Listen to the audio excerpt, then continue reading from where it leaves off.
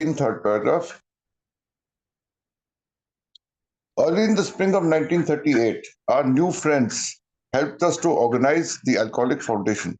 अब यहाँ पे Alcoholics Anonymous की जो इवॉल्विंग हुई थी न्यूयॉर्क के आसपास, उसके बारे में बात कर रहे हैं। और खास तौर से यहाँ पे जो नॉन अल्कोहलिक हमारे दोस्त थे जिन्होंने हमारी मदद करी Alcoholics Anonymous को स्थापित करने में, उसको बढ़ावा देने में, उनकी चर्चा कर रहे हैं। कल हमने कुछ अहम लोगों का नाम लिया, जैसे Dick Richardson, doctor Leonard Strong, हमने बात करी रॉकफेलर के बारे में, हमने बात करी है डॉक्टर हैरी एमरसन फॉस्टिक के बारे में। आज हम 4 शख्सियतों के बारे में बात कर रहे हैं। We're going to touch 4 personalities today. पहला है, in the early spring of 1938 our new friends helped us to organize the Alcoholic Foundation. अब Alcoholic Foundation जो था उसका गठन, और जिस पहली स्ट्रक्चरल जिसको आप कहेंगे एक एंटिटी थी Alcoholics Anonymous। स्ट्रक्चर कुछ नहीं था, बिल डब्ल्यू था, बॉब था, आइडिया था, एक अभियान था। लेकिन उस अभियान को एक ढांचा देने में अल्कोहलिक्स फाउंडेशन का जो गठन हुआ उसमें ज्यादातर नॉन अल्कोहलिक्स इन्वॉल्व थे। तो ये बता रहा है, 1938 की बात करते हुए कह रहा है कि मिस्टर ए लेरॉय चिपमैन, ये पहली शख्सियत थे जो tirelessly served for many years as its treasurer. In 1940 ये ट्रेजरर बने थे ए लेरॉय चिपमैन। ए लेरॉय चिपमैन जो थे वो फिर से एक ऐसे थे, वो रॉकफेलर के जॉन रॉकफेलर के खास थे। और वो जॉन रॉकफेलर के रियल एस्टेट का उनको जो बिजनेस था जॉन रॉकफेलर का, और उनके और कुछ निजी मुद्दे थे, उनका वो ध्यान रखते थे। वो उनका कार्य था मिस्टर ए लेरॉय चिपमैन का, और वो उसके काफी करीबी थे वो डॉक्टर रॉकफेलर से। He tirelessly served for many years as its treasurer. वो ए के अल्कोहलिक फाउंडेशन का जब गठन हुआ था तो उसके ट्रेजरर बने थे वो, और कई सालों तक रहे। And in 1940, it seemed desirable for the foundation to take over Works Publishing Incorporated.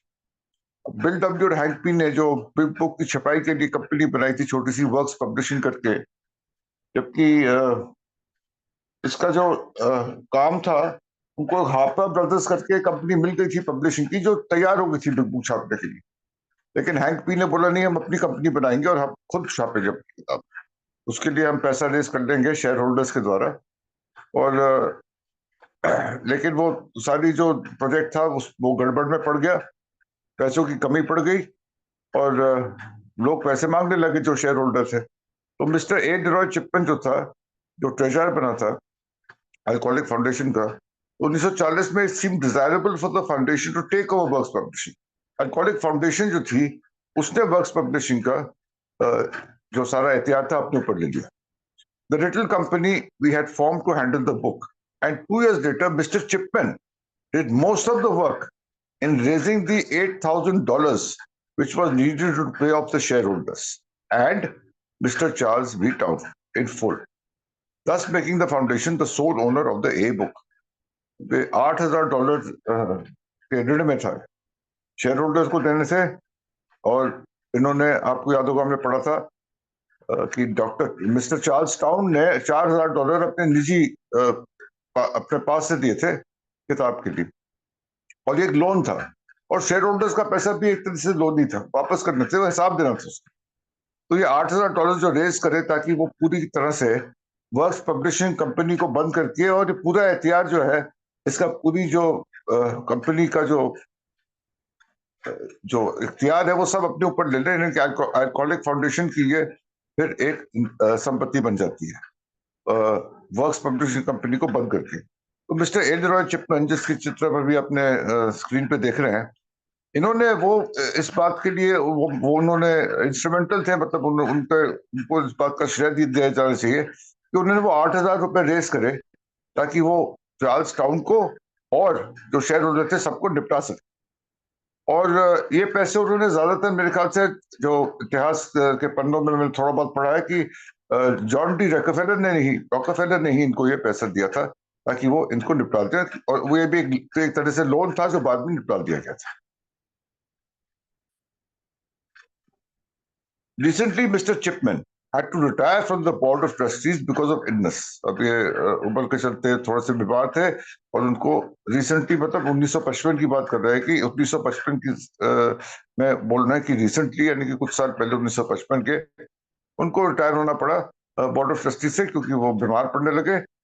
And to his deep disappointment was unable to come to Saint Louis, और उन सेंट लुइस के 1955 के कन्वेंशन को नहीं आ पाए, और डिक रिचर्डसन भी नहीं आ पाए, क्योंकि वो चंद साल पहले का निधन हो गया।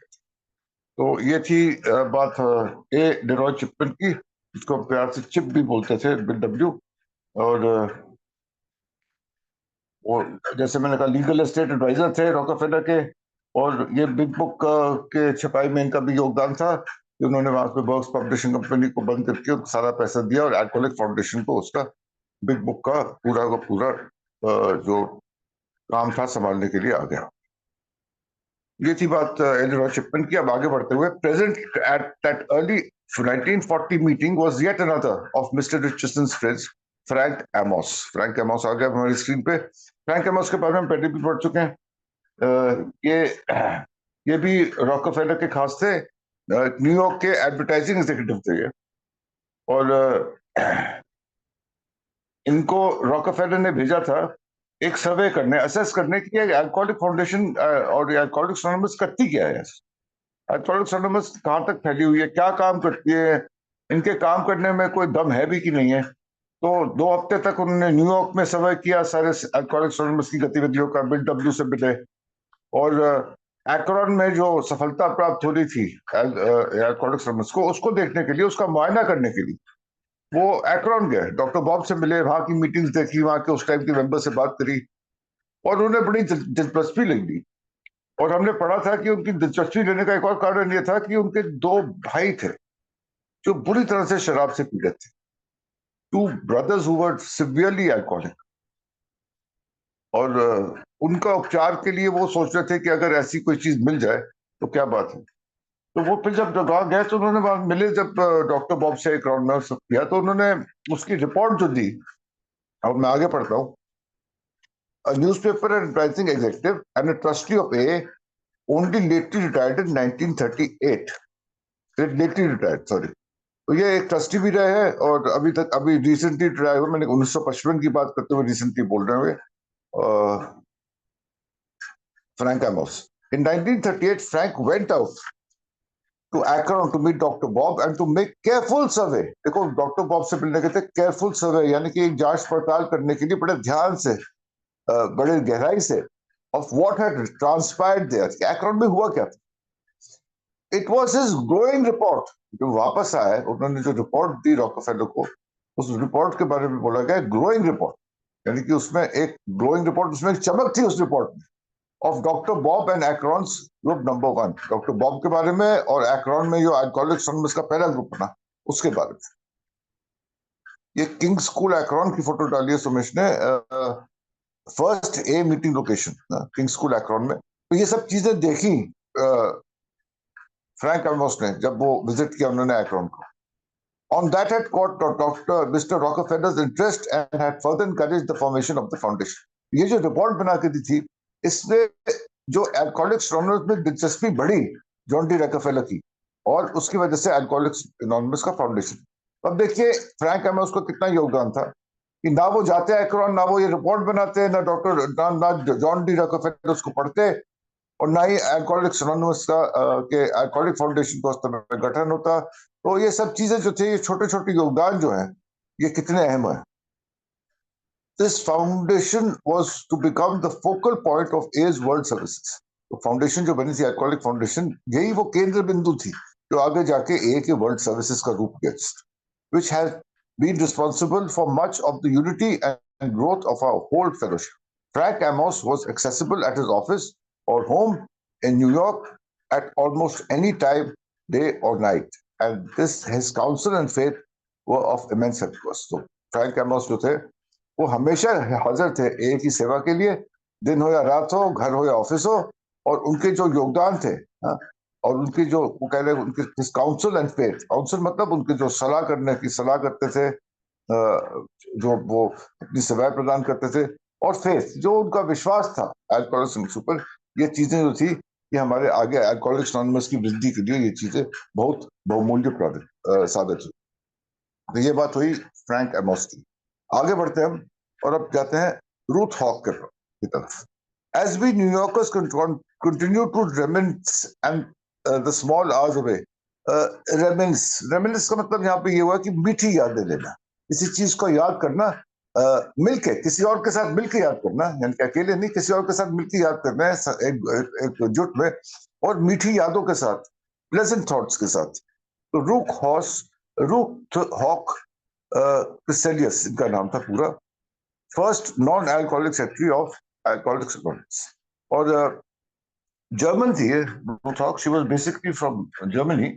और वो जब ए में आई थी तो वो हैंक पाखस ने इनको इंटरव्यू किया था, और उसकी जो कंपनी थी ऑनर्स डीलर्स, जो बेसिकली तेल का व्यापार करती थी, क्योंकि एक ऑयल कंपनी में, स्टैंडर्ड ऑयल कंपनी में हैंक भी काम कर चुके थे, तो तेल के व्यापार में उनका कुछ अनुभव जो था, उनका जो एक्सपीरियंस था, उसको वो अपने एक बिजनेस लाइन में इस्तेमाल करना चाहते थे।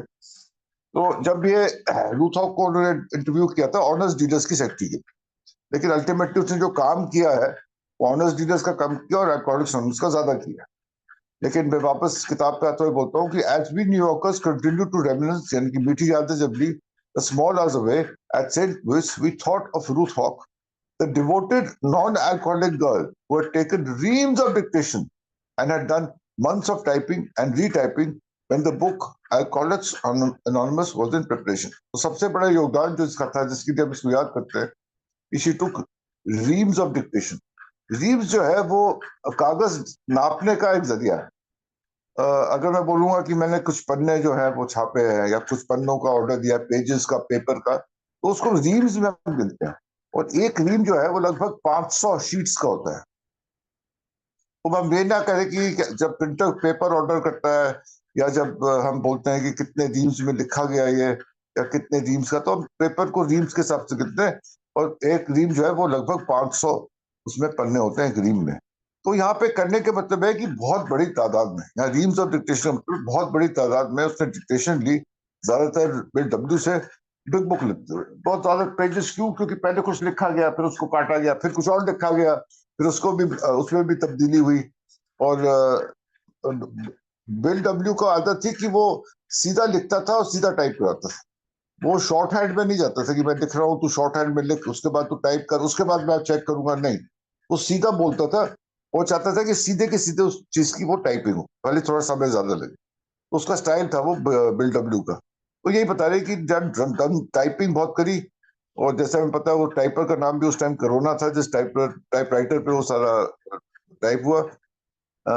She often went without pay, और ज्यादातर उसको इस बात की इसकी सैलरी, उसको तनख्वाह भी नहीं मिलती थी उसको, taking the then seemingly worthless stock of work publishing instead. पैसा नहीं था, तो वो पैसे नहीं थे, तो वो कहते नहीं पैसे नहीं मैं तेरे को देने के लिए, तो ये जो हमारी जो स्टॉक शेयर्स हैं इस कंपनी के पास, मुझे ये तेरे को भी दे देते हैं कुछ, क्योंकि इसने जो नौकरी शुरू की थी वो मतलब समथिंग लाइक $25 पर वीक उसको मिलते थे, ऑनर्स डीलर्स की एम्प्लॉय थी। और जैसे मैंने कहा था ये जर्मनी से आई थी, डाइवोर्स थी, और इसका एक छोटा बेटा भी था।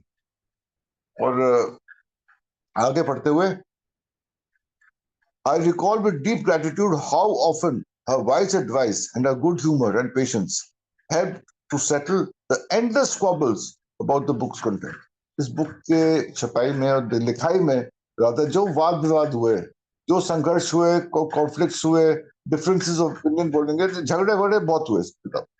लेकिन ये एक जगह बैठी थी, ये नॉन अल्कोहलिक थी, लेकिन इसने अपने तरफ से जो कुछ सुझाव दिए, एडवाइस दी, सलाह दिए, गुड ह्यूमर थी इसकी, एक हर चीज को मजाक में लेने के लिए एक ह्यूमर होता है, उस ह्यूमर उसकी अच्छी थी।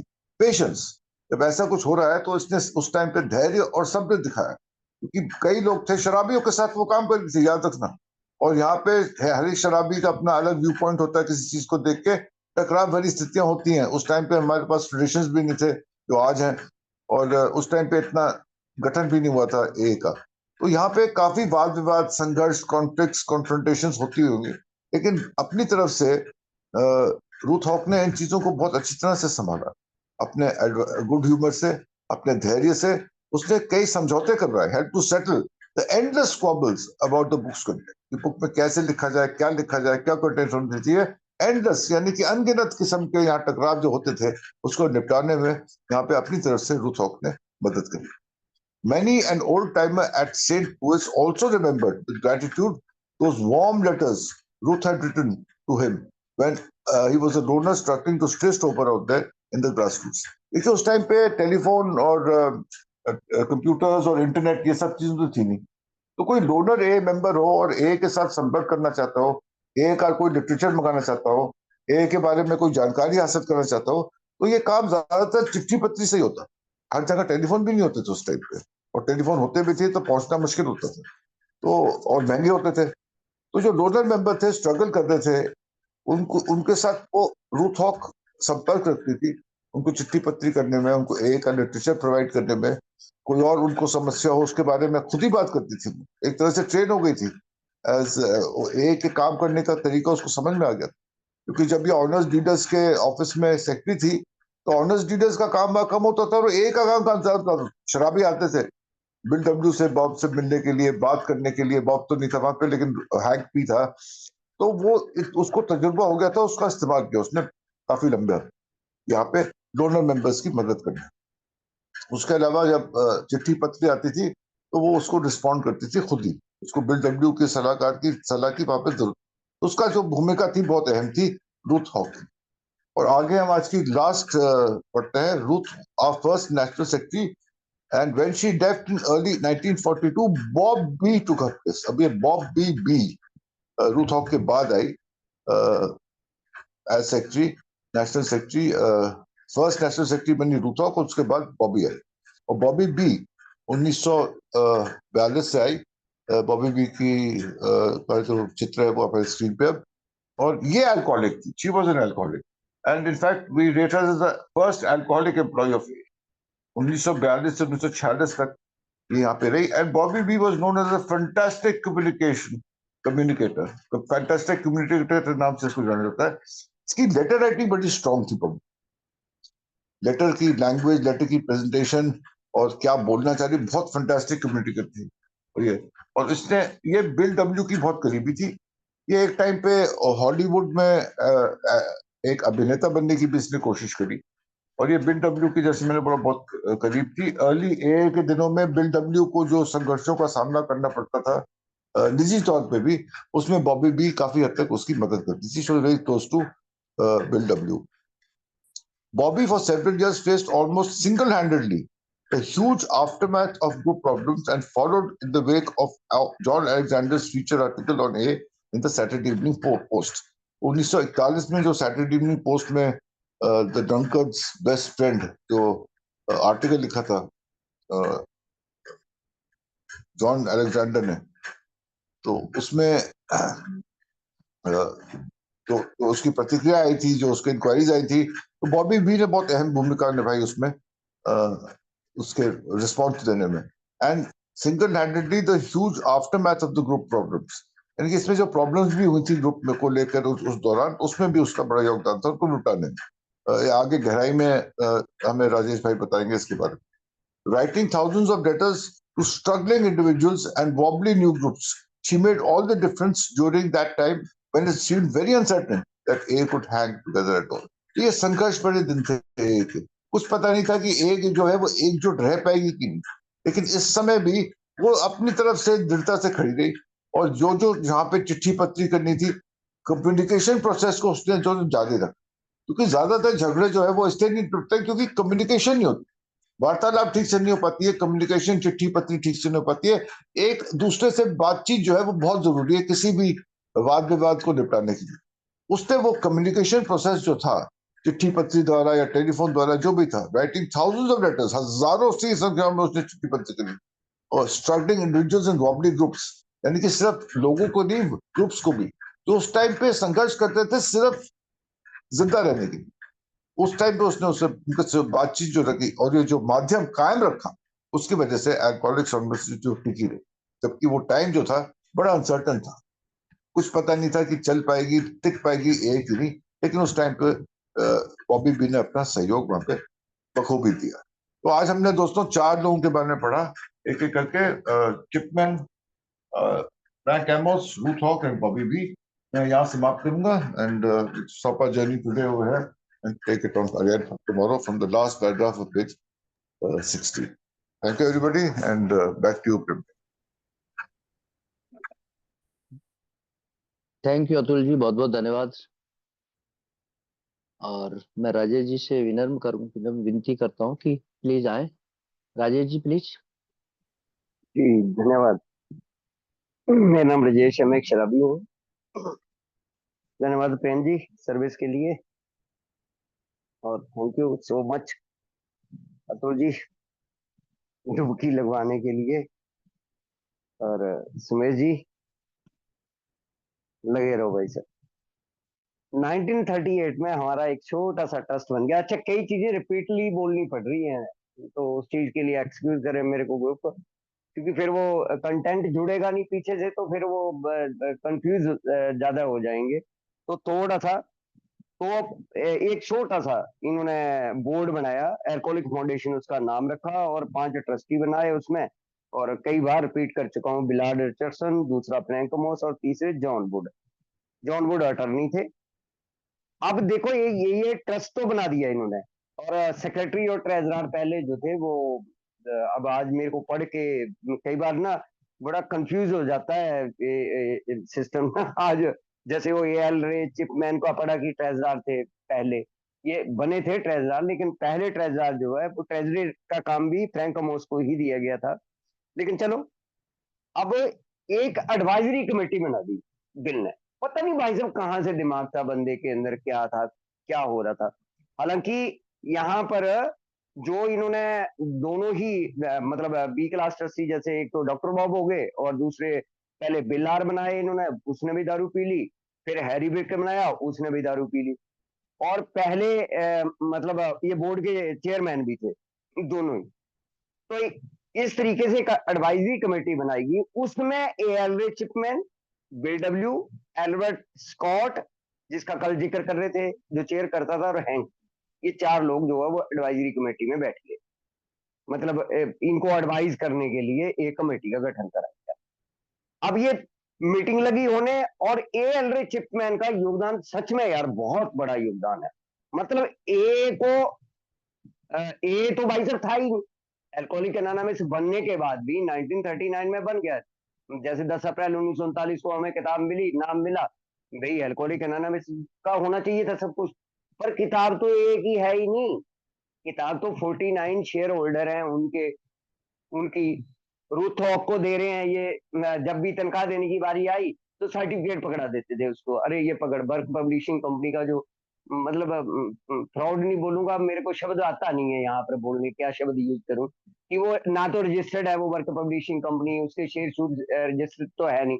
किसी स्टेशनरी स्टोर से खरीद के हैंक पी ने नीचे खुद को प्रेसिडेंट लिख के, प्रेसिडेंट हैंक पी लिख के, और शेयर बेचने $25 का एक शेयर बेचना शुरू कर दिया भाई साहब। अब 49 शेयर होल्डर हैं, रूथॉक मालिक है, बिल डब्ल्यू, और जैसे 600 शेयर है, ऐसे देखते हैं हम।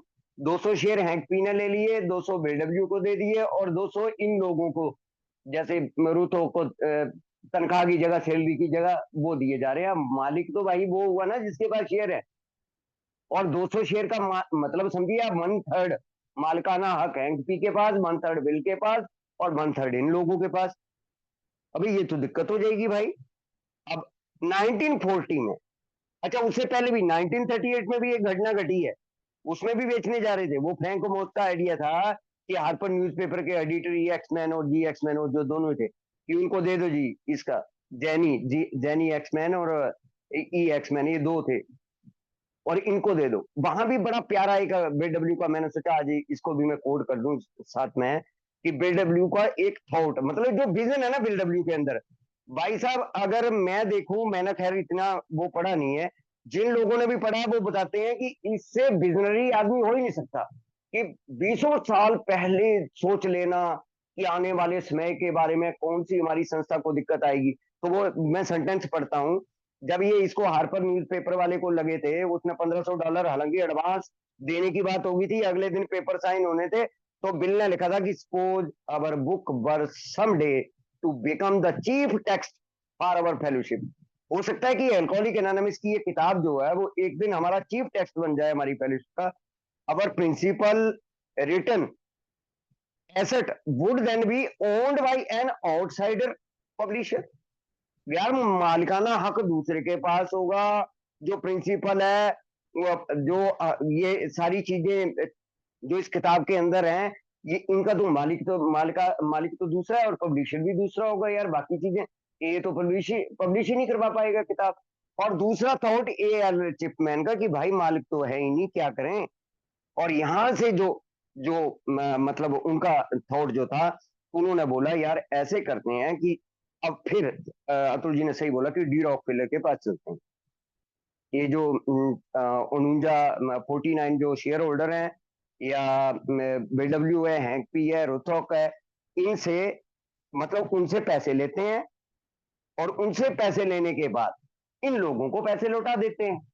अच्छा, पैसा किसी को मिल नहीं रहा था और आदमी ऐसे खुश हुए ये बात सुन के, ए चिपमैन ने, जैसे चिपमैन ने बोला जाके लोगों को कि तुम्हारे पैसे दे देंगे, उतने ही पैसे देंगे जितने आपने लगाए थे, प्रॉफिट नहीं। तो वो लोग खुश हो गए, हाँ भाई दे दे, जो लगाए हैं वो तो दे दे, उतने पैसे तो दे दे। और भैया ये $8,000 जो है वो इनके दोनों बेटे, रॉकफेलर, इनके दोनों बेटे और कुछ डिनर गेस्ट भी इसमें शामिल थे, जिन्होंने हमें $8,000 जो है वो दिया। हमें नहीं, चिपमैन ने सारा अरेंज करा। और इन 49 जो शेयर होल्डर थे इनको, और मतलब बाकी सबको। लेकिन भैया अब बिल ने भी दे दिए शेयर आराम से, जैसे चिपमैन ने बोला, तो अपना 1/3 जो हक था वो सारे का सारा ए को शिफ्ट कर दिया। बाकी लोगों से सबसे पहले, और कई लोगों ने यहाँ पर हमें वापस मतलब गिफ्ट भी कर दिए। कई लोगों ने पैसा गिफ्ट कर दिया कि कोई बात नहीं यार, हम मुझे फर्क नहीं पड़ता, ये ले लो हमारे से वापस।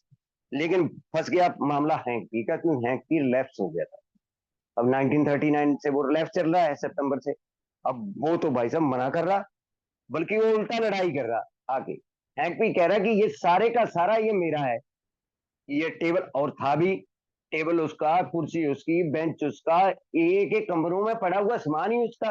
क्योंकि उसके ऑफिस जिस की बात अतुल जी ने करी, हर एक चीज यार उसकी थी। इवन सेक्रेटरी भी उसी की थी। ये रुथ ऑफ जो थी वो पहले सेक्रेटरी मतलब हैंक पी की थी। और फर्स्ट टाइम जब वो वो इनके पास मतलब नौकरी लेने आई थी, तो पहली बार बड़ी विचित्र सी एक घटना हुई थी कि दो आदमी कुर्सी पे बैठे हुए और दो आदमी नीचे घुटने के बल बैठे हैं। वो थर्ड स्टेप प्रेयर करवा रहे थे उनसे, मतलब न्यू कमर से, जो थर्ड स्टेप कुछ इस प्रकार का करवाते थे। वो थर्ड स्टेप में मतलब सरेंडर करवाते थे, वो नीचे बैठे हुए थे। तो रुता को डर गई कि यार ये इन लोगों ने पैसे लेने हो गए और इसलिए नीचे बिठा रखे हैं। तो इस प्रकार की कई चीजें हैं। लेकिन यार फिर चिपमैन का फिर रोल आ गया बीच में। चिपमैन ने उसे समझाया जाके, और मतलब वो बिल से तो वो बिल्कुल मतलब नाराज थे।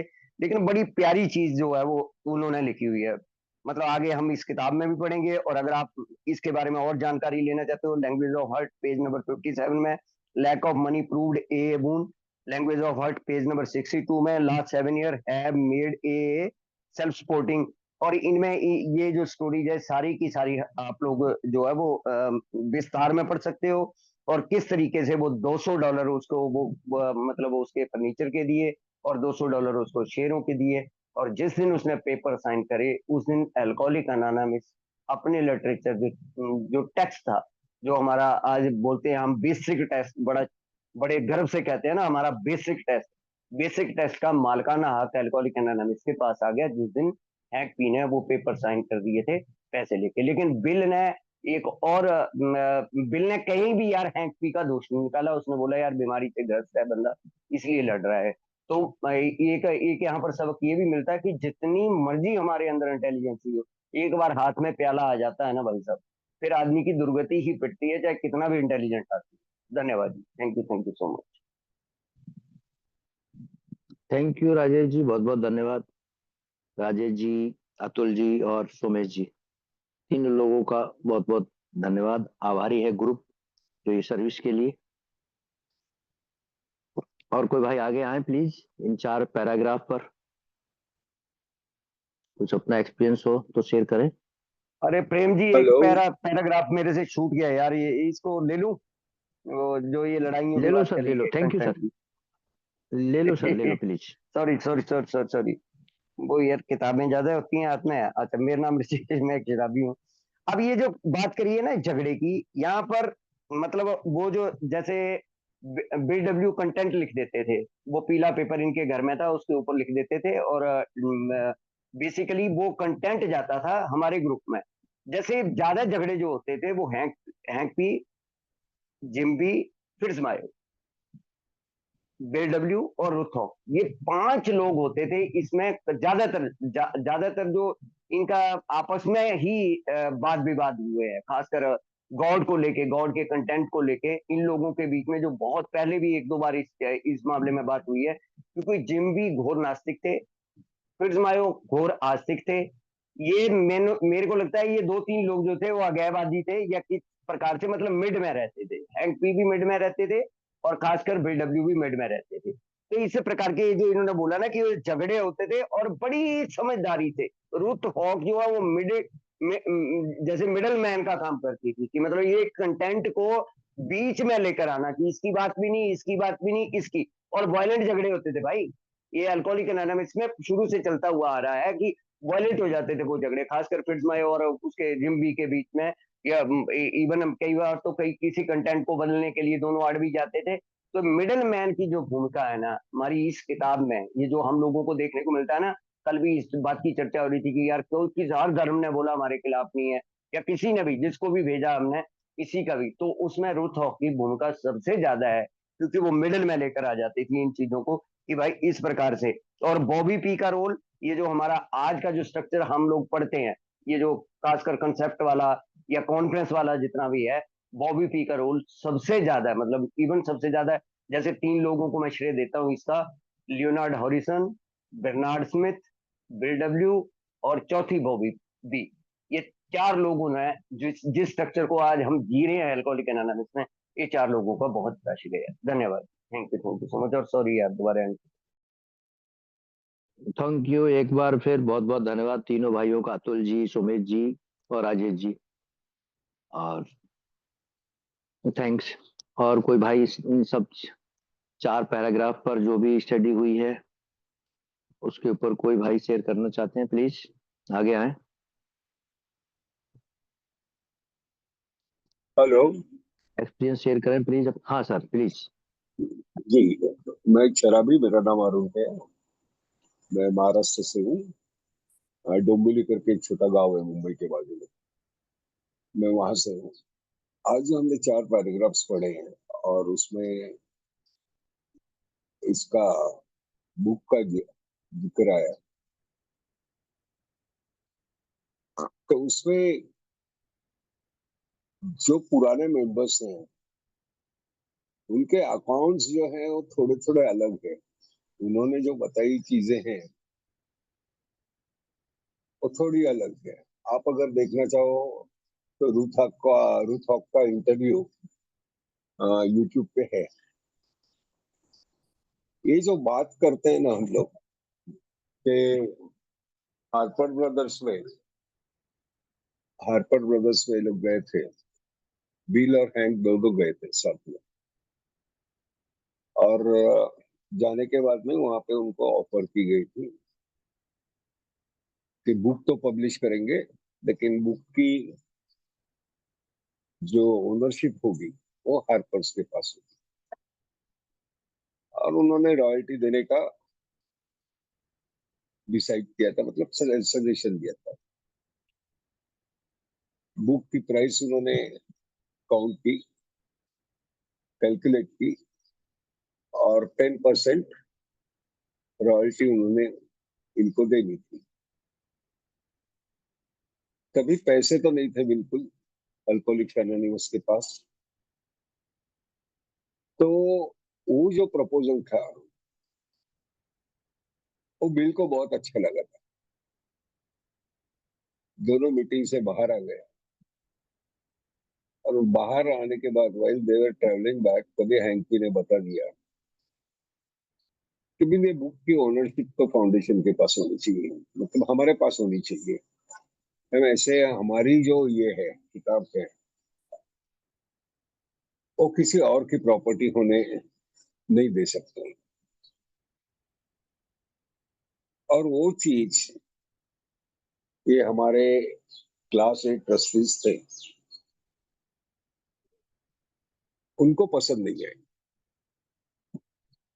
क्योंकि अल्बर्ट स्कॉट ने कहा स्ट्रेट वे कि यार तुम्हारे पास पैसे नहीं है और सामने से जब पैसे आ रहे हैं तो तुम रिफ्यूज क्यों कर रहे हो? एक तो पैसे कोई देता नहीं है, पैसे रेज करना बहुत डिफिकल्ट है। फिर भी उन्होंने, हैंक तो अड़े रह गया कि नहीं, ये तो हमारे पास ही रहनी चाहिए। इसीलिए कहते हैं कि काफी सारे इंसिडेंसेस हैं इस बिग बुक के पब्लिकेशन में। तो उसके लिए कहते हैं कि अगर बिल नहीं होता तो ये किताब लिखी नहीं जाती, और अगर हैंक भी नहीं होता तो ये किताब पब्लिश नहीं हो पाती। काफी सारी दिक्कतें आई थी लिखने से लेके पब्लिशिंग तक। कहने का ये था कि जो कहने का मेरा पॉइंट ये है कि it was hanky who resisted कि ये देना नहीं चाहिए, और बाद में बिल को भी वो समझ में आ गया, and then finally that book was written with alcoholic foundation, मतलब वर्क पब्लिशिंग को भी था उसके पास। तो इनका भी कंट्रीब्यूशन इसमें बहुत ज्यादा है। रूथ हक का इंटरव्यू अगर कोई सुन पाएगा तो you'll find a different details about the publication of, मतलब वो बिल कॉन्फ्रेंस में कह रहा है कि there were 100 members and she said 98 पीछे से बात कर रही है, वो खुद ही स्टोरी बता रही है वो एक इंटरव्यू में बहुत सालों के बाद। It is interesting to note that.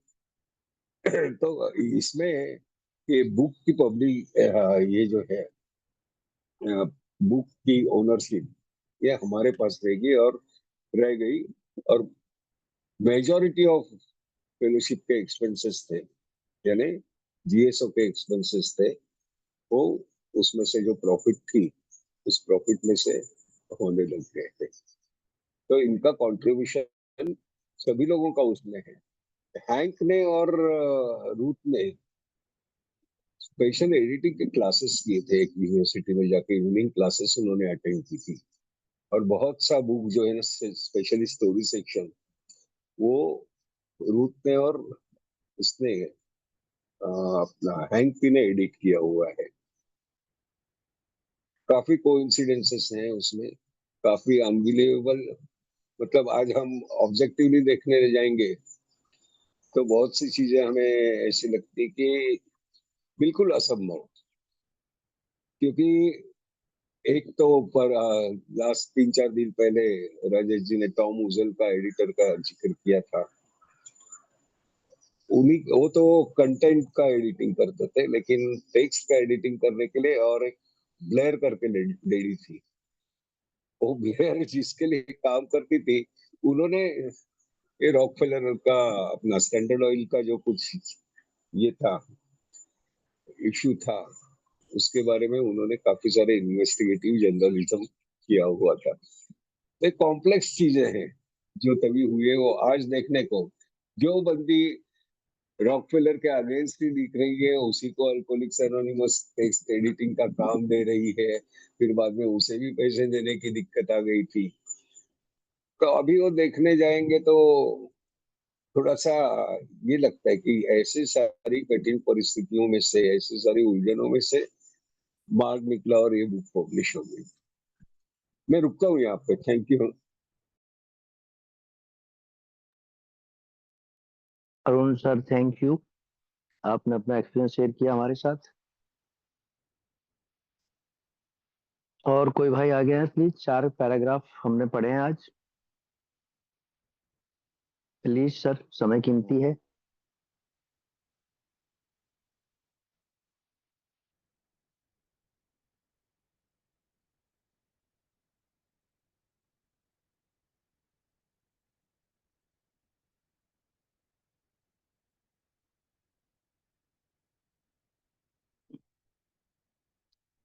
मुझे पता है कि मेरी आवाज सबके पास तक जा रही है, प्लीज। आवाज आ रही है अब? हाँ सर, प्लीज सर शेयर करें, कौन सा आप शेयर करना चाहते हैं?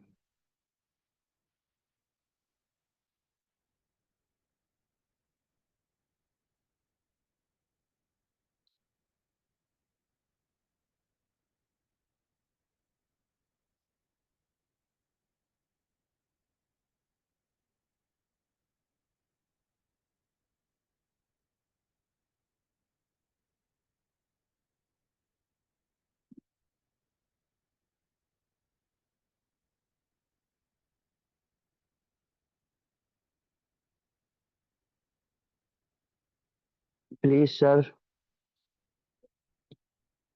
हाँ Sunil sir please. Sunil alcoholic, मेरी आवाज आ रही है ना? जी सर क्लियर। हाँ प्रेम जी, हो सकता है नेटवर्क इशू हो, अगर हो तो बता दीजिएगा, बीच में मैं रुक जाऊंगा। मजा आ गया सुन करके, एक एक लाइन, एक एक नरेशन, चाहे वो अतुल जी की हो, राजेश जी की हो और अरविंद जी की हो। जब अरविंद जी कह रहे थे कि मैं यहाँ रुकता हूँ, तो मन नहीं कर रहा था वो रुके। बहुत अच्छा लग रहा था, इतने फैक्ट्स निकाल के लाना और उसको सामने चित्रण करना, नॉट एन इजी टास्क। ये ना, इतनी मेरे को आइडेंटिफिकेशन एक अल्कोहलिक की मिल रही थी कि किस तरह से होता है ना, कि शुरू में होता है कि भाई सोबर होने के बाद पैसा मिल जाए तो मैं कुछ कर लूं। बिल्डब्ल्यू जो है, दीवाने थे उस टाइप के लिए, पैसा मिल जाए, रॉक फेलर पे जाना, फंड इकट्ठे कर लेना, ए के लिए कुछ कर जाना, जो शुरू में होता है अल्कोहलिक का। और वो एल्गोरिथम को शुरू में जब पैसे नहीं मिलते, मैं अगर पर्सनल स्टोरी करूँ कुछ करने के लिए पर्सनल में, तो वो पैसे नहीं मिलते तो रिजेंटमेंट होती है, यार मैं तो शराब से तो, और मैं इंडिविजुअल की बात कर रहा हूँ, फिर भी मेरे को पैसे नहीं मिल रहे, ये नहीं दे रहे वो। उसके बाद धीरे धीरे प्रोग्राम करता हूँ तो सेल्फ सपोर्टिंग पता लगता है, और मैं सेल्फ सपोर्टिंग भी हो जाता हूँ। और उसके बाद मैं वापस करता हूँ पैसे मिल जो मुझे मिल रहे हैं, मुझे हंसी आती है, मैं पैसे मांग रहा था। और उसके एक बाद और स्टेज आती है कि फिर मेरे पास हेल्प लेके आता है, तो मैं कहता हूँ नहीं यार, तुम्हें चाहिए तो मेरे से ले लो, now I have got the enough money. ऐसी बिल्कुल जो कंडीशन थी वो एक ही, कि किस तरह वो पैसे के लिए जो है वो था, रॉक फेलर पे जाना, डिसअपॉइंटमेंट होना। हालांकि ब्लेसिंग इन डिसगाइज है, सब अच्छा लगा, बट उस समय की जो कंडीशन थी बिल डब्ल्यू की, और जैसा उन्होंने और बाकी लोगों ने महसूस करा था, जितनी उम्मीदों में पानी फेरा था, बहुत बहुत जबरदस्त। और फिर धीरे धीरे धीरे करके शेयर्स निकाल दिए बिग बुक के लिए। शेयर्स की कोई वैल्यू नहीं है, पता है कि कुछ नहीं है यार, ये कागज के टुकड़ा बना तसल्ली के लिए पकड़ा दिया गया है, और जो मिल जाए वापस। बस एक कंट्रीब्यूशन थी उनकी अपने आप के अंदर देने की, पता था यार इसको शेयर वेयर के पैसे वैसे तो वापस मिलने नहीं है। रुथ को जो है वो सैलरी के रूप में वो शेयर दे रहे हैं, तो शेयर एक मजाक सी वाली जैसे बात होती है कि भाई पैसा नहीं है, तो क्या कंट्रीब्यूशन है यार। और उसके बाद जो है वो अभी जैसे अतुल जी ने बताया विषय का, और वो जो हमारे ट्रस्ट बना था उसका फिर हम किस तरह से वो फाउंडेशन में कन्वर्ट हुआ।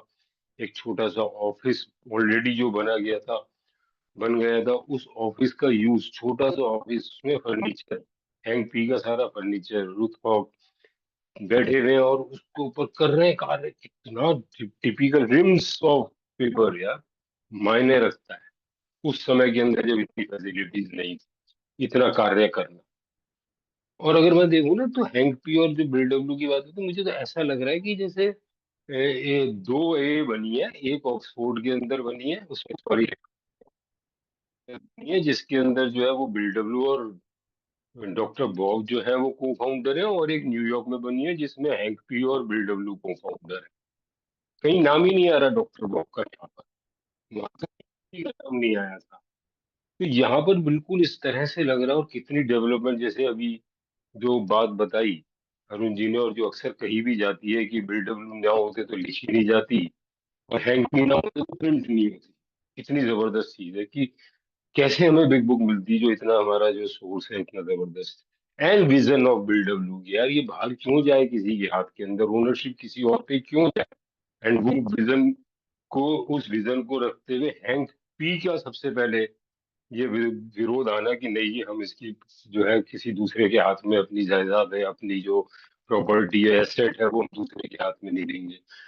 और आज वाकई देख रहे हैं कि अगर ये दूसरे के हाथ में जाती, इसके प्राइस क्या होते, इसकी रॉयल्टी किसे जाती, कितना हम इसे अपनी बुक मानते या नहीं मानते, आई डोंट नो क्या कंडीशन होती बिग बुक से खरीद रहे होते हम, और उसको यूटिलाइज उस तरह कर रहे होते या नहीं। आज जो टेक्स्ट, बेसिक टेक्स्ट है हमारी, वो करके एक ऑर्डिनरी बुक ना बनी हुई होती हमारे लिए। तो ये ना बहुत अच्छा लगा। और ये ऑफिस था, ये बाद में उठा करके सेंट्रल रेलवे के आसपास कोई ऐसी जगह थी, शायद रेलवे स्टेशन के बाद, शायद सेंट्रल रेलवे था, कौन सा था, आई डोंट रिमेम्बर नेम। तो वो उसके पास में ले आए, ताकि जो यात्री उतरे स्टेशन से, उनको दूर ना पड़े, स्टेशन से उतरते ही सामने ऑफिस था ये का, वो बना दिया गया था। और इसी वजह से, और वो जो आते थे मिलने, जैसे हम जानते हैं कि पूरी हिस्ट्री के अंदर कि बॉब और बिल ही सेंटर थे, और हैंक पी, वहां पर हैंक पी का नाम लूंगा फिर से मैं, कि जो अभी पढ़ा भी हमने और सुना भी, कि हैंक पी और बिल से मिलने आते थे वो लोग। और जब हैंक पी और बिल नहीं है तो वहां पर जो है रुथ हॉक जो है उनको जो है एंटरटेन करती थी, बैठाती थी, बताती थी, या जो भी डील करती होगी। सारे सारे दिन आदमी बैठता था अपनी क्वेरीज लेके, चले जाना, बुक ले आना, पैम्पलेट वगैरह जो भी उस समय तक छपे थे। एंड जो ट्रूथ हॉक का जो अभी जो रोल सबसे इम्पोर्टेंट बताया है, कि उन एल्कोहलिक्स की मंडली के बीच में बैठ के एक बैलेंस क्रिएट करना, सॉल्यूशन निकालना, है ना, कितनी वो जबरदस्त चीज है। वो रोल उसका इस सारे के बावजूद और सैलरी ना मिलने के बावजूद। एंड आज जो बॉबी वाला पड़ा, ये तो मुझे पता ही नहीं था। उसके बाद की रूथ हॉक के बाद, जस्ट शायद मैंने सुना, अगर सही सुना हो तो 1941 के अंदर ही रूथ हॉक को रिप्लेस कर दिया बॉबी ने। मैंने तो इसके विषय में इतना पढ़ा ही नहीं था। इसके आज ये पता लगा कि उसकी इम्पोर्टेंस पता लगी कि वहां तक बिग बुक के बाद नाउ अब जो कॉन्सेप्ट वाली बात जो आगे चल रही है, या may be possible some part of traditions और जो वो चल रहा होगा, तो उस स्ट्रक्चर के अंदर उनकी इतनी जबरदस्त भूमिका है, जितनी रुथ हॉक की शुरू के अंदर भूमिका रही, उसके बाद उसकी भूमिका जो है उस टाइपिंग में, या जो भी उसने कॉन्ट्रीब्यूशन बनाने के अंदर जो है उसके अंदर रही है। तो ये आज जो मैं सुन रहा था और खूब पढ़ रहा था, बहुत बहुत बहुत बहुत। और अभी जो अरुण जी ने जो और डिटेल्स शेयर करी, और यूट्यूब के ऊपर मैं सुमेश जी से कहूंगा कि फाइंड करके अगर इसका लिंक, या अगर अरुण जी हो तो बाकी सबके लिए लिंक उसका डालें। वो इंटरव्यू बहुत बढ़िया इंटरव्यू होगा, सुनने वाला होगा, और सुनना भी चाहिए हम सबको, जितना इंटरेस्ट हम इसके अंदर बुक के अंदर ले रहे हैं। और बस यार यही कहना चाहूंगा, बहुत अच्छा लगता है जब मैं सुन रहा होता हूँ, तो बोलने को बहुत कुछ होता है, लेकिन इतनी सामग्री है, इतनी सामग्री है, जो सुन पाता हूँ, जो दिमाग में रह पाता है, वो शेयर कर रहा हूँ यार। और आगे करते रहेंगे, इसी तरह सुनते रहेंगे, तो बहुत अच्छा लग रहा है यार। थैंक यू दोस्त। Thank you Sunil ji, sorry, बहुत बहुत धन्यवाद।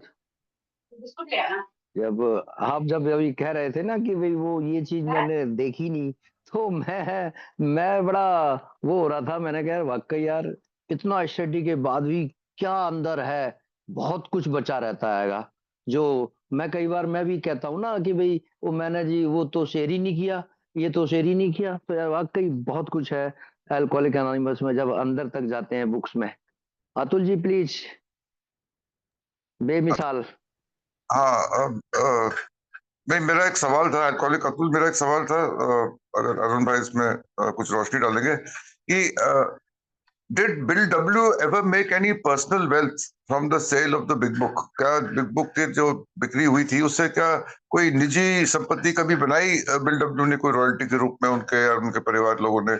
और उसी से रिलेटेड दूसरा सवाल है कि आज की डेट में जो बिग बुक बिक रही है, तो उसका पूरा का पूरा जो प्रॉफिट है, जो पैसा है, वो सारा क्या जीएसओ और अल्कोहलिज्म को ही जा रहा है, या कहीं और भी इसका अभी भी वितरण हो रहा है? तो मतलब बिग बुक का अल्टीमेटली हुआ क्या, इसके जो प्रोसीड्स थे? Did Bill W ever gain financially from the sale of the big book personally? And who all gained from it, if any did? And आज की डेट में जो बिग बुक बिक रही है, उसका क्या पूरा का पूरा जो मुनाफा है या उसका जो रॉयल्टी है, वो किसको जा रही है और कैसे उसका वितरण हो रहा है? कुछ इस पे कोई प्रकाश डाले, आइदर अरुण और Aadesh ji. Thank you. Arun ji please, जी 2 सवाल हैं। जी उन्होंने जी उनको 10% रॉयल्टी मिलती थी बीडब्ल्यू को, और बाकी तो पर्सनल वेल्थ उन्होंने उसमें से कुछ बनाई नहीं। हालांकि 1939 के बाद में क्लीवलैंड में उनको बुलाया गया था, क्योंकि क्लीवलैंड में ही बहुत ज्यादा क्लेरेंस स्नाइडर का ऑब्जेक्शन था कि इन्होंने कुछ पैसे बनाए हुए हैं। तो बिल और बॉब दोनों क्लीवलैंड में गए हुए थे। उन्होंने पूरे ऑडिटेड रिपोर्ट्स जो थे वो पूरे लोगों को, वहां पे जितने भी ये थे मेंबर्स थे, उनकी मीटिंग में सबमिट किए। और फिर बाद में वो जो विवाद था वो खत्म हो गया। अभी रॉयल्टी मिलती है क्या, तो उनको अभी एट प्रेजेंट किसको मिल रही है उसके बारे में मुझे पता नहीं है, लेकिन रॉयल्टी बिल डब्ल्यू के बाद में लुइस को और हेलन को दोनों को मिल रही थी। बाद में उनके जो ये थे हेरिडेटरी, क्या बोलते हैं उनको, जो उनके वारस थे उनको मिल रही थी। एट प्रेजेंट पता नहीं है, लेकिन डॉक्टर बॉब की तो उनको तो ये नहीं मिली थी, रॉयल्टी नहीं मिली। इसके बारे में अगर आपको पढ़ना है तो दो बुक्स के रेफरेंस दूंगा मैं। एक तो है the writing of big book William Schaberg का, और दूसरा जो है the book that started it all. इसका टाइम नहीं मिलता है, नहीं तो उसके फोटोग्राफ्स ही निकाल के मैं शेयर कर सकता था। तो इनमें ज्यादा इंफॉर्मेशन रॉयल्टी के बारे में मिल सकती है। करंटली अभी अभी की तो रिसेंट लास्ट 20-25 साल से रॉयल्टी का क्या हो रहा है वो पता नहीं है मुझे। Thank you sir. Thank you thank you. Sir. Atul ji, आपके आपके सवाल का जवाब मिल गया होगा। जी हाँ, जी और हाँ। और कोई भाई जी, और कोई भाई आगे आए please.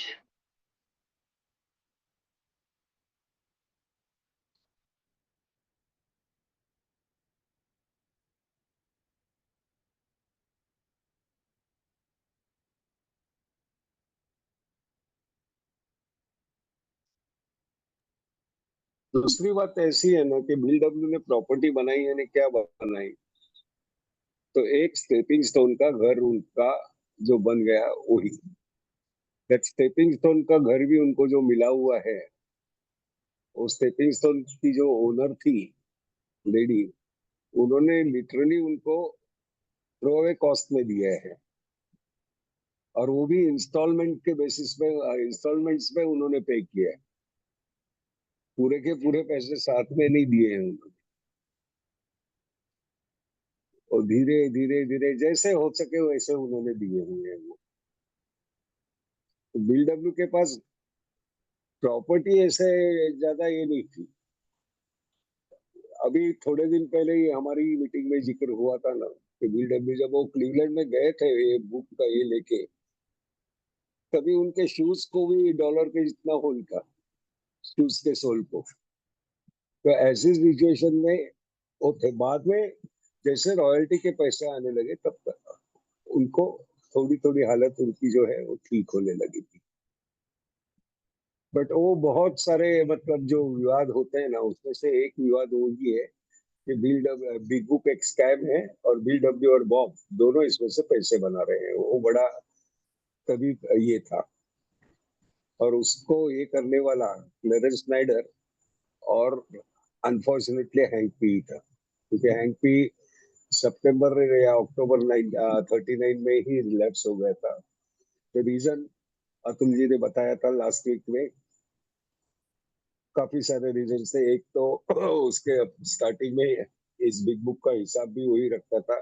when he was asked the details he could not produce it, then he had a मतलब one way one way relation मतलब विथ रूथ हॉक। हालांकि रूथ हॉक 41 में ए मेंबर से ही शादी करके बाद में निकल गई, दूसरे शहर में स्थलांतरित हो गई। लेकिन ये सारी कॉम्प्लेक्स सिचुएशन से हैंक्स ये हो गया था, और उसमें ट्रेमेंडस रिजेंटमेंट बिल के प्रति हो गई थी, और उसकी वजह से ये उसने क्लीवलैंड में भी एक किया था। क्योंकि हैंक का डिवोर्स होने के बाद में क्लीवलैंड का जो क्लेरेंस था, उसकी वाइफ की डोरथी, उसकी सिस्टर के साथ में इसने शादी की थी। तो ऐसे सब कॉम्प्लेक्स ये है सिचुएशंस। उसी के बाद में वो स्लीप हो गया था। बाद में तो रिजेंटमेंट्स इतने थे ना, अभी जो हम बिग बुक में भी लिखते हैं ना, बिग बुक में भी लिखा है ना, रिजेंटमेंट इज ऑफेंडर नंबर 1। तो वो हमें देखने को मिलता है इसमें कि बिल इसको रिजेंटमेंट हो गई, जाके पी दिया। ओ इसकी मैंने लास्ट टाइम वो my name is will W movie की बात की थी, उसमें विल और अपना एबी दोनों उतरते हैं और एबी उसको पूछता है विल को, Will it was you and me, from where the hell this dog came in. तो वो उसकी रिजेंटमेंट, ये हिस्ट्री में देखने को मिलती है, रिजेंटमेंट रखने के बाद में लोग पीने गए करके। और ऐसे नहीं कि जो मेंबर आया और गया वगैरह, ऐसा नहीं है। Those who had a reasonable years of sobriety, तो वो देखने को मिलते हैं। तो ये जो हिस्ट्री के कुछ ऐसे इंसिडेंसेस हैं जहाँ से हमें इवन रिकवरी के लिए कॉशियस रहने की जरूरत महसूस होती है। Thank you sir. Thank you Arun ji, बहुत बहुत धन्यवाद। रीजनमेंट लिखा हुआ है बुक में, कई जगह सुना भी है और हमेशा शेयरिंग में देखते हैं। रीजनमेंट एक पहला कारण है शराब पीने का। अगर मुझे किसी से रीजनमेंट हुई तो मैं कहीं ना कहीं शराब की तरफ जाने का कारण बनता है। आगे आए सर, कोई व्यक्ति, कोई मेंबर्स प्लीज, सीनियर मेंबर्स और शेयर करें। हाँ, बहुत कुछ संजय निकल के आ बात कर रहा रहा है। हूँ। जी संजय प्लीज। हाँ हाँ। मेरा नाम संजय है, मैं शराबी हूँ और आज वो दारू के गुट से दूर हूँ। तो मुझे जानकारी है, थोड़ी सी रोशनी डालूंगा। जो स्टेपिंग स्टोन है, तो वो $4,500 में लिया था और उसका पर मंथ $40 उन्होंने लिया था। उसका एक्चुअली ग्रिफिथ ही नाम था उनका। जो वो लेडी थी वो इसमें ही डील करती थी। और वो तभी लुइस ने कहा था, अरे $40 भी कैसे देंगे हम। तभी वो उन एक नीचे कुछ ऑफिस था और ऊपर फर्स्ट फ्लोर पे वो रह रहे थे, लुइस और ये। तो उसका एक्चुअली उन्हें ब्रुकलिन का वो जो घर उन्होंने खाली किया था, तो उसमें उनका जो फर्नीचर था वो स्टोरेज के लिए उनका $20 जा रहा था पर मंथ। तो बिल ने कहा कि हम कैसे भी मैनेज कर लेंगे। और वो सामने से आती है, डाउन पेमेंट कुछ नहीं है और पर मंथ $40। और वो खुश हो गए, वो लिया तभी उन्होंने सब वो फर्नीचर उधर अरेंज किया। बाद में उसको स्टेपिंग स्टोन भी क्यों है, तो जो स्टोन थे और अपना प्रोग्राम में स्टेप्स थे, 12 स्टेप, और उधर भी वो स्टोन के स्टेप्स थे जाने के लिए, इसलिए उन्होंने नया नाम दिया उसको स्टेपिंग स्टोन। वो हिलफोर्ड ऐसा कुछ वो जो है, ऐसा मुझे लगता है। तो इतनी तो जानकारी है अभी। बाद में उन्होंने कार लिया, एक सेकेंड हैंड कार ली और उसमें सब वो लुइस ने जैसे वो उधर वो पुराने घर पे उन्होंने कुछ कर्टन्स वगैरह बनाए थे कुछ हाथ से, वो भी उधर लगाए। वो जो काउच थे उधर, वो भी लिविंग रूम में लाके वो ब्यूटीफुल है, उसका वर्णन है। पासीटॉन में भी है। और वो अभी जिक्र किया ना, my book my name is bill, वो सुशांत शिवर में लिखा है, तो उसमें सब ये जानकारी है। Thank you very much. धन्यवाद संजय जी। और कोई भाई आगे आए प्लीज। जी कल्पेश जी। मैं एक शराब, मेरा नाम कुल, मेरा एक थोड़ा सा सवाल है इधर।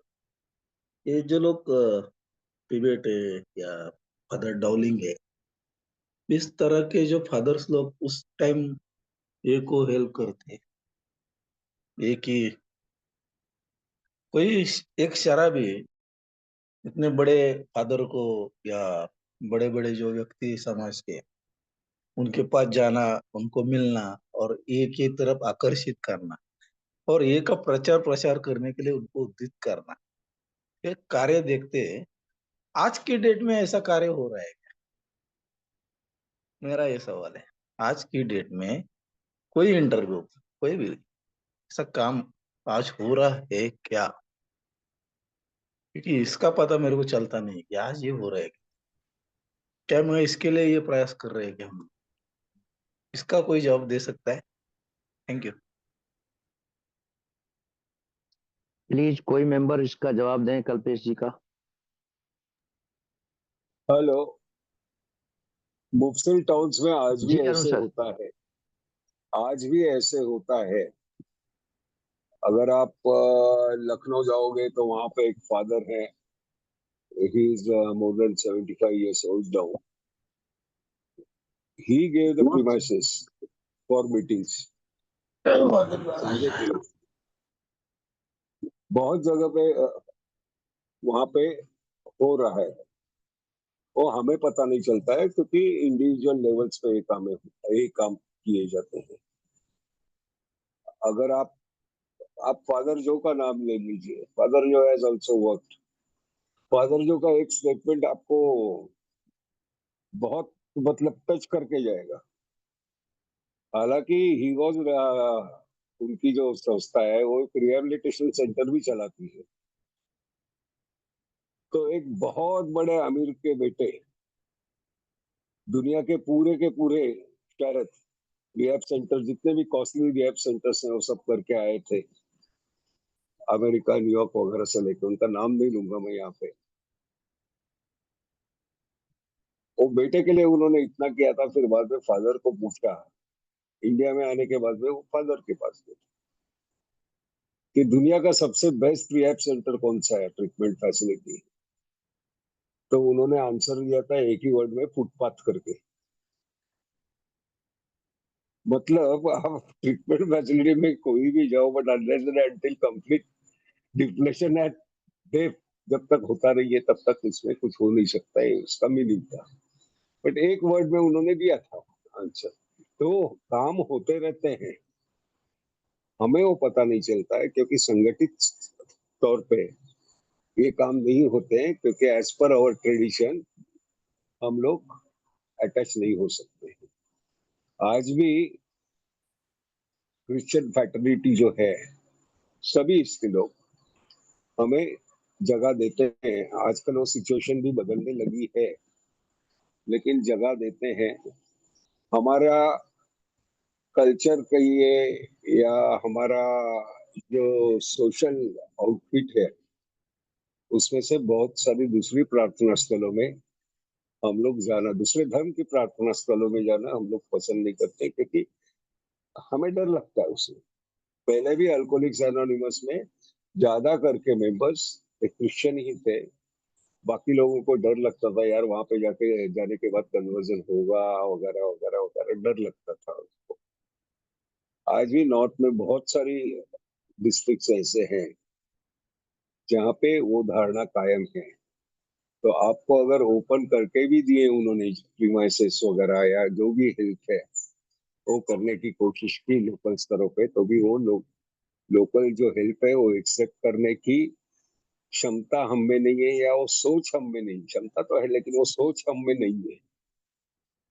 काफी सारे मैं नॉर्थ के ही गिना सकता हूँ आपको, जहाँ पे फादर्स लोग हैं, those who give their school premises या church premises for a meetings, जो भी मदद चाहिए वो करते हैं।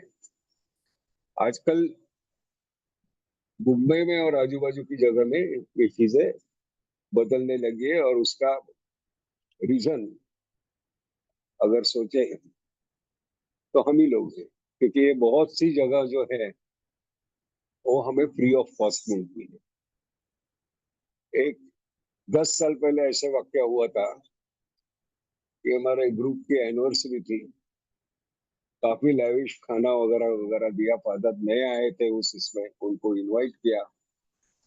नेक्स्ट वीक में ही उन्होंने बुला लिया उनको और कहा कि आपने रेंट देना चाहिए करके, और जो रेंट यहाँ पे है वो बहुत ही ज्यादा है, तो उनको फिर समझाना पड़ा।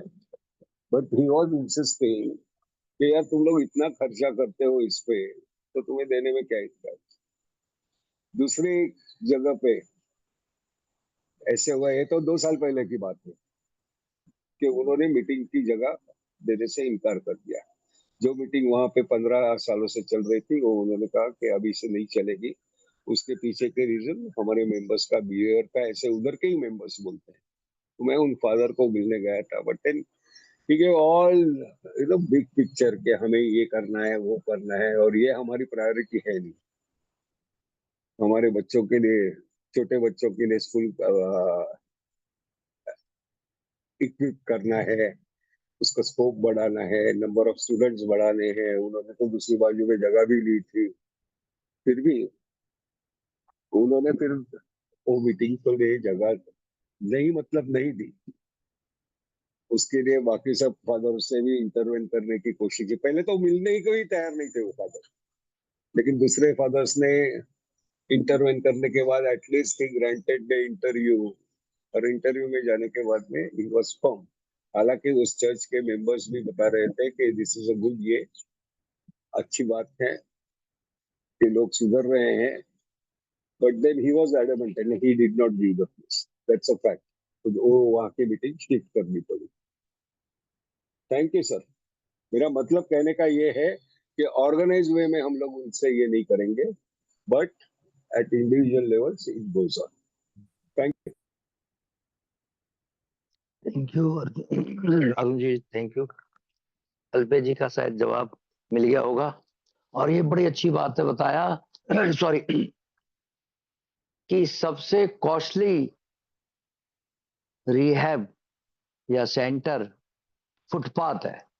ये हकीकत है वाकई। इसी के साथ शेयरिंग का समय समाप्त होता है दोस्तों। किसी भाई की कोई ग्रुप की बेहतरी के लिए कोई सुझाव? और सॉरी, मैं भूल गया, किट्टी का मैसेज चैट बॉक्स में है। हमारे ट्रेजर हैं मुकेश के, और सभी खर्चे हमारे किट्टी से ही वहन होते हैं। कृपया किट्टी में ज्यादा से ज्यादा कंट्रीब्यूट करें। किसी भाई का कोई सुझाव?